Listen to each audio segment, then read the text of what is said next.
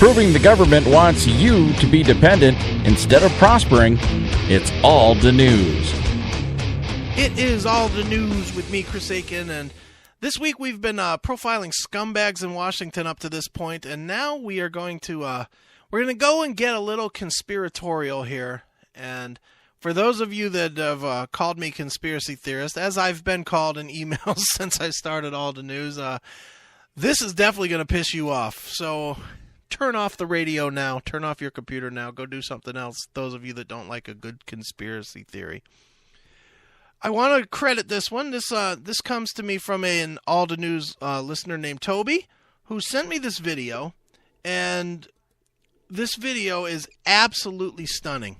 I mean, I can honestly say I watch all the news, I read all the websites, and I'm generally not that stunned anymore at the ridiculousness of our government and our nation and how absolutely stupid things have gotten in this country. But I can honestly say that this truly shocked me. Now, let me set this up for you. Basically, you can believe one of two things. You can believe that where we are now as a nation is just the course of life, so to speak, that things have happened, and this has led to that, has led to this, and it's just the course of life. And that's fine if that's what you believe. But that's not going to be what we're going to talk about here. Because the other end of that spectrum, which I personally do believe, and this video, if this doesn't bring you to my side of thinking, well, then, you're just set in your ways, I guess. But this video is kind of proof positive that where we are as a nation today might very well just be a very long-term plot that has been in place for decades. And depending on where you, how far back you want to go, there are people, if you believe in the Bilderberg and Illuminati type things, there are people that say that this was put in place as early as like the 1910s and 20s. Basically, since all that time, there has been people slowly plotting away at the global takeover of the world. And for others, a lot of people point to JFK's assassination as the real jump-off point, and that's kind of where I probably lay in. I mean, maybe it's because I wasn't around back in those early days, and certainly there are things like FDR's New Deal and stuff that do lend credence to pre-Kennedy, but I think everything really took a step up personally when Kennedy was killed, because it changed the way American politics and American government and the world government really worked. In my eyes, I could be wrong on that, and that's fine. But whether I'm right or wrong, this video comes to us from a listener named Toby. This is an interview that was done back in 1985, so 25 years ago. 1985, with a former KGB agent who was trained in subversive techniques. Okay, so this guy was part of the Russian FBI, so to speak, and he was a subversive enabler, I guess. I don't know what you would call that. He explains the 4 basic steps to socially engineering entire generations into thinking and behaving the way those in power want them to. So this person, this KGB agent, was trained to guide people guide generations of people, not just like one or two people, not like a teaching one individual, brainwashing them, telling them to kill people. But this is about the actual conversion of generations to fall in line to the bidding of those in power. Okay? It's shocking because our nation has been transformed in the exact same way and follow the exact same steps. So as we will lay out here, I'm going to play this video and I'm going to comment as we go through it. But as we play this, you guys are going to be stunned when this guy starts saying things. I want you to keep in mind this was in 1985, not yesterday, because it is so eerily similar now, 25 years later, to what he's saying that in my eyes anyway, there was clearly something put into play at this point when this guy did this this interview. And clearly, he did the interview in 85, which probably meant that he probably had, I don't know how much time he did beforehand, but I'm going to say 20 years before this.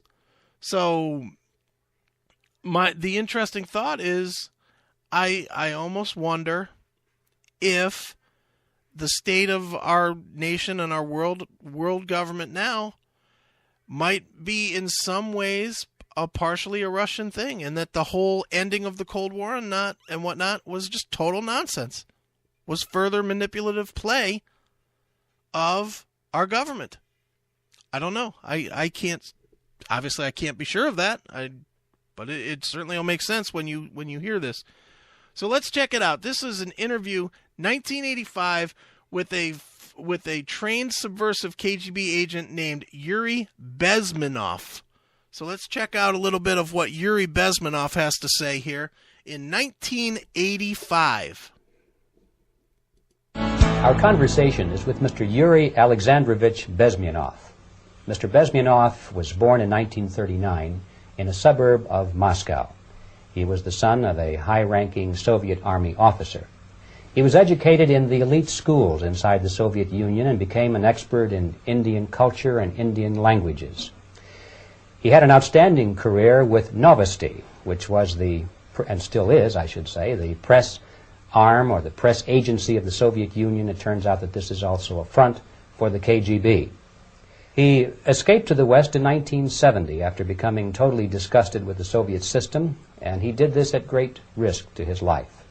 He certainly is one of the world's outstanding experts on the subject of Soviet propaganda and disinformation and active measures. When the Soviets use the phrase ideological subversion, what do they mean by it? Ideological subversion is the process which is legitimate, overt, and open. You can see it with your own eyes. All you have to do, all American mass media has to do, is to unplug their bananas from their ears, open up their eyes, and they can see it. There is no mystery. There is nothing to do with espionage. I know that espionage intelligence gathering looks more romantic. It sells more deodorants through the advertising, probably. That's why your Hollywood producers are so crazy about James Bond type of thrillers. But in reality, the main emphasis of the KGB is not in the area of intelligence at all. According to my opinion and opinion of many defectors of my caliber, only about 15% of time, money, and manpower is spent on espionage as such. The other 85% is a slow process which we call either ideological subversion or active measures, активные мероприятия in the language of the KGB, or psychological warfare. What it basically means is to change the perception of reality of every American to such an extent that despite of the abundance of information, no one is able to come to sensible conclusions. Okay, let's stop right there and analyze that a little bit. What he is saying here is that it has been a KGB initiative not to spy secretly on the United States. Now, again, remember, this is 1985 that this guy's saying this, so this is probably the 60s and 70s when this was going on. This is not an initiative to spy. This is an initiative to convince Americans, the American people, that regardless of what they are staring right in the face, the factual evidence that is staring them right in the face, that it's not true. That you have some other basis of ideology that takes you out of believing what you are clearly looking at right in your face. And to draw a direct parallel to that, I mean, there's a million parallels you can draw to that, but let's look at the election of Barack Obama. Let's look at that. Obama had very little experience. I mean, almost none. Zero. He had no foreign policy experience.